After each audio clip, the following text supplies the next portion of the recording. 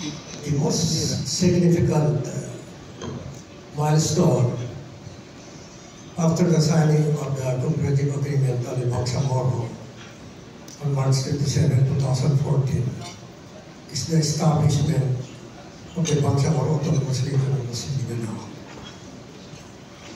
The establishment of the Bangsamoro Autonomous Region of Mindanao through the enactment of Republic Act 11754 gives the Bangsamoro people in furtherance of their right to self-determination. It might not be the best autonomy, but it's something that we can be proud of. And largely it has given the Bangsamoro people powers, including fiscal autonomy and quite flexible processes in relation to other aspects of governance.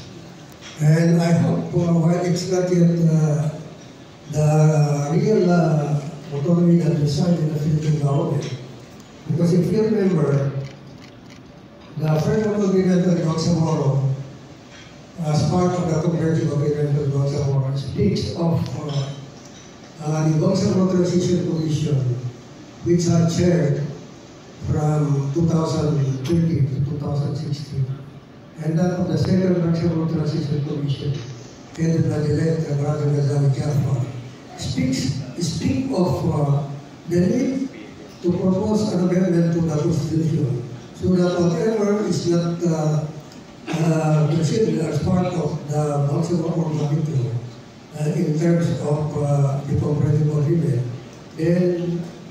then something has to be done by the government in terms of amending the Constitution. And we have submitted 5 proposed amendments to the Constitution, and 3 of which is about establishment of a real policing in Bangsamoro. The second one is about the Sharia courts. The third one is about the constitutional bodies. But we know that it is more easy to say rather than to be done. But what's important is that it's no longer being pursued by way of armed struggle. It will be pursued through democratic processes. And we know, as I said earlier, it's more easy said than done, because amending the Constitution has been the talk of people in the Philippines until now. Such amendment of the Constitution has not happened. And although it is something that can be done, it's not impossible, but we are hoping that someday the Constitution will be amended to accommodate the remaining aspects of the cooperative agreement of Bangsamoro that are not captured by the Bangsamoro Organic. Thank you, sir. Attorney Bong, would you like to comment to it? Bismillahirrahmanirrahim. Assalamualaikum warahmatullahi wabarakatuh. Everyone knows that after the signing of the 1996 peace agreement, there was disagreement between the Philippine government and Moro National Liberation Front, particularly in the establishment of a new autonomous region in Mindanao, which led to the tripartite review for the implementation of the 1996 peace agreement starting 2007 to 2016. That was the first milestone in 2016, General, when the Philippine government and the MNF signed a paper or an agreement for the establishment of a tripartite implementation for tripartite monitoring mechanism for the implementation of what has been stipulated.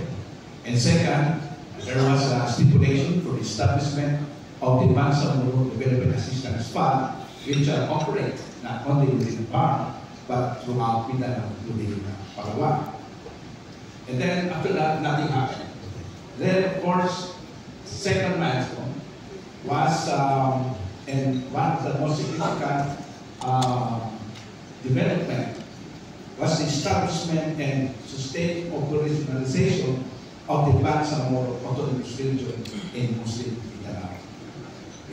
strengthens the institutional fulfillment and convergence of the principles of autonomous government of the MLF and MLF peace plans and the right to self-determination under the 1976 Tripoli Agreement. This shifts the armed struggle to formal political participation and demonstration that peace dividends are becoming real, tangible, and systematic. In addition to that, this is complemented by the establishment of peace implementing committees through the OPA, where socio-economic development, security, transitional justice, confidence building is addressed both by the GPH and MLF joint committees. This is important to promote peace and synergy in bilateral initiatives pending the convening of the MLF YC GPH tripartite implementing MSF. Thank you very much, Ms. Jam, and good morning to everyone. Before I will give my ideas, I would like to tell the group that I was about to object on the seating arrangement, Ms. Jam, because it would appear that the MILF and the government panel chairs are not talking. So I propose that you each a bit closer. Anyway, so going to my answer, I would like to talk about the comprehensive agreement of the Bangsamoro. As we all know, the comprehensive agreement of the Bangsamoro involves two tracks. These are the political and the normalization tracks.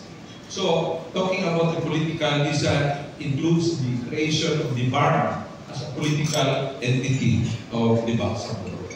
So, we have done that. In fact, beyond that, we have created all the 6 of the 7 required codes in the Bangsamoro. And we have a functioning government in the Bangsamoro now. So, we have lesser problem on the aspect of political part or portion. So I'll now proceed to the portion of normalization. We all know that normalization, by the way, since this is an agreement, the keywords here are very important. Mutual consent is one. Transparency is another thing. In fact, I remember the words mentioned by Attorney Bacana at the start when they talked about 2 keys important in proceeding a peace process. One is the shared responsibility, and the other one he mentioned was interpersonal relationship. And he talked about the science of peace agreements. But I would like to add that there's more art needed, especially in implementing a peace agreement. It's not pure science. Yeah, we have more on art. So, to proceed, I would like to talk about the normalization. We have 8 major aspects under normalization. First is the decommissioning. So, we have as a milestone, we have decommissioned around 65% already for the 3 phases of decommissioning. And all of these decommissioned combatants have been given the initial transitional assistance, and the other points will be discussed later. The next thing is the disbandment of our group. Disbandment of our group, we are moving forward with this. This is handled by the Department of Interior and local government, so we have disbanded. This early, I would like to say that many things have to be done yet. So the other issue is the redeployment of the armed forces of the Philippines, the troops. So we have ongoing activities of this. We have joint security assessments as part of the process, and these are all ongoing. So we have also the transitional mechanisms for normalization. We have the Joint Normalization Committee, which has been organized, and it's functioning well. It's orchestrating and coordinating all the aspects of normalization, the Joint Normalization Committee. We also have the Joint Peace and Security Committee, which is assisting on all security matters. All works related to security are being handled by the Joint Peace and Security Committee. And lastly, we have the Joint Peace and Security teams deployed all around the BARC areas. There are already 24 of these teams. A team is composed of government forces, joint army, and the national police, as well as the members of the Bangsamoro Islamic Armed Forces. So these teams are working very well, and they're helping in the reduction of conflicts in selected areas. So we also have the policy. So very recently, the Intergovernmental Relations Body has accommodated the request of the Bangsamoro on the extension of the limits or the granting of the provisions under the law on policy. So we are moving positively on this. And another thing is the socio-economic.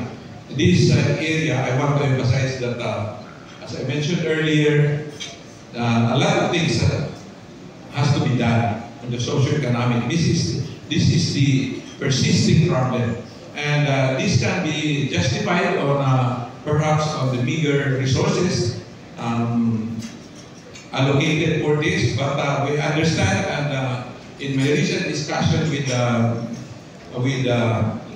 higher leadership, we have understood that this is a real problem, and this has to be confronted squarely, the socio-economic issue.